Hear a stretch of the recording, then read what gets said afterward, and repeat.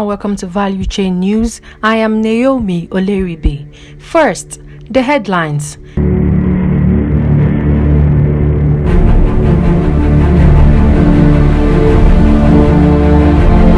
Advantages of implementing PIA outweighs cost, Professor Iledare. NCDMB to elevate oil producers to financiers. Federal government must justify fresh 3 trillion naira vote orders for fuel subsidy. Senate. And now the news in detail. Former President, Nigerian Association for Energy Economics, Professor Omowumi Iledare, has expressed dissatisfaction with the federal government's delay in the implementation of the Petroleum Industry Act, PIA. An exclusive interview with Valuechain, Professor Iledare outlined the advantages of the PIA, pointing out that the advantages of the act far outweighs its costs as it offers the much-needed pathway to profitability. On the issue of price deregulation, he argued that even though there is fear that if PIA 2021 is implemented, there is going to be societal misfortunes in form of rising public transport fares, inflation, and public discontentment, there is need to implement it as it would accelerate the development of our nation, especially in the oil and gas sector.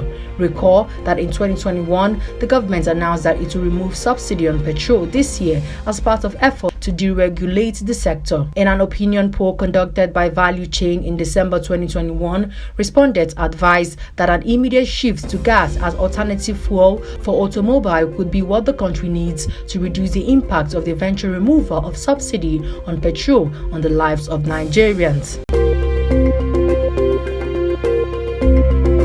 The Nigerian Content Development and Monitoring Board, NCDMB, has reviewed plans to elevate Africa's indigenous oil producers and national oil companies to equity financiers of exploration and field development activities.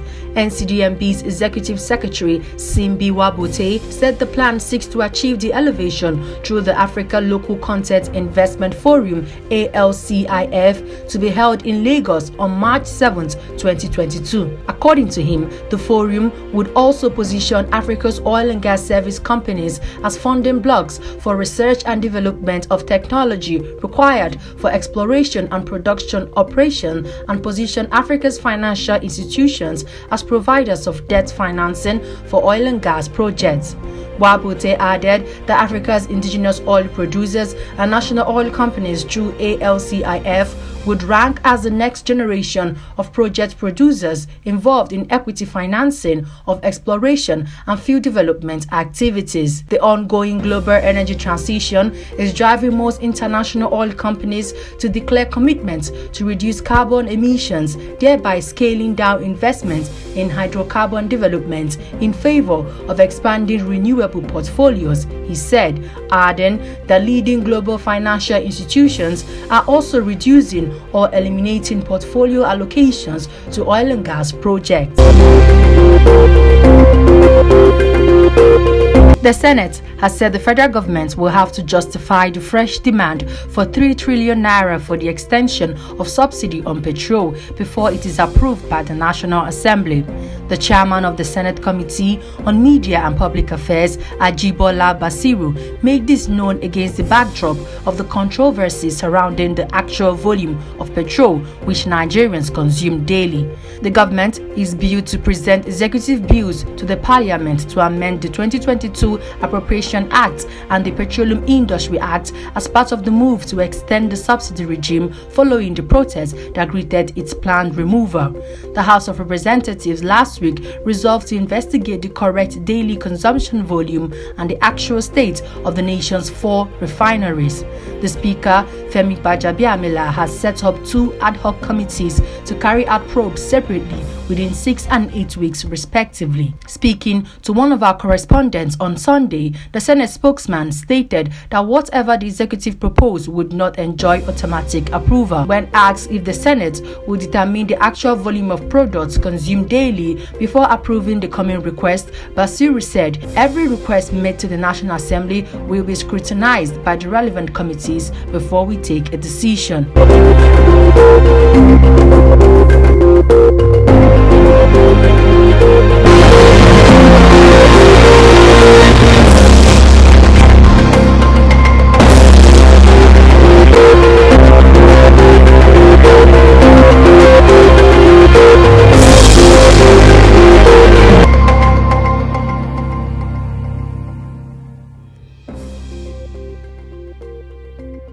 Dr. Mustafa Abdul Hamid, Chief Executive of National Petroleum Authority (NPA) Ghana, has embarked on a working visit to the Energy and Petroleum Regulatory Authorities of Kenya. The visit is to strengthen NPA's relationship with peer regulators on the African continent and share experiences for the mutual benefit of citizens. Dr. Abdul Hamid and NPA board and management members met Dr. Daniel Kipto, Director General of the EPRA, and his team in Nairobi. The two entities discussed petroleum price deregulation policy, LPG distribution, planning of petroleum products importation, exportation, fuel adulteration, and modern enforcement methods. EPRA regulates the entire energy sector and has oversight responsibilities over both the petroleum upstream and downstream sectors, as well as electricity and other energy generation sources in Kenya, including renewable energy. Neighboring countries such as Uganda, Rwanda, Burundi, and the Democratic Republic of Congo also import petroleum products through Kenya's pipeline system.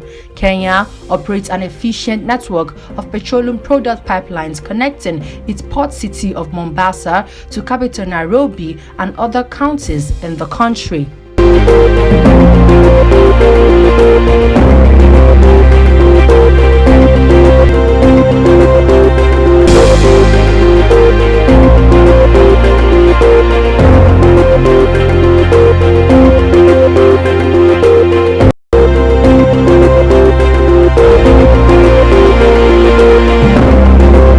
The crisis surrounding Ukraine has been a harsh reminder to Europeans of just how dependent they are on Russian energy supplies.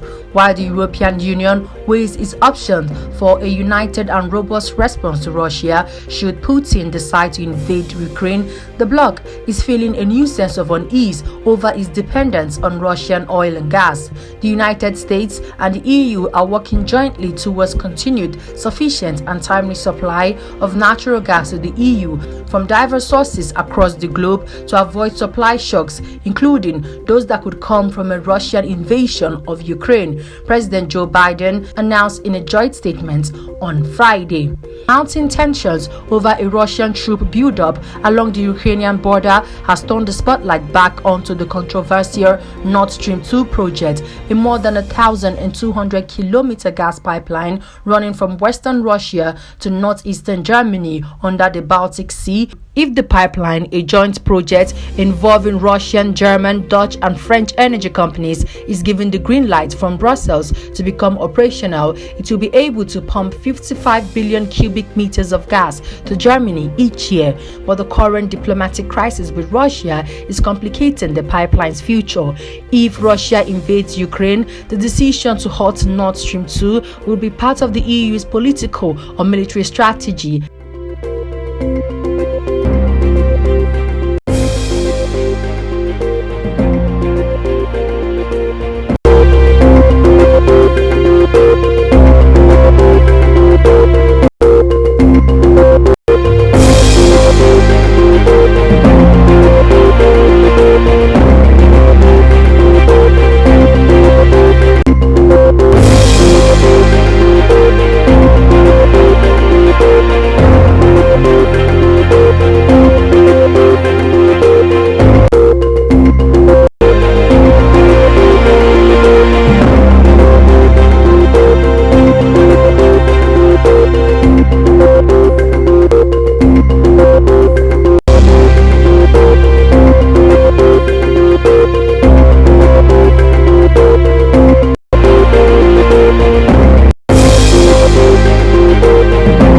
The federal government has decried the $35,000 deposit being requested by Egyptian authorities from foreigners, including Nigerians, to operate a business enterprise in Egypt. Minister of Information and Culture Lai Mohammed described the condition as unacceptable during a meeting with the Nigerian community in Cairo.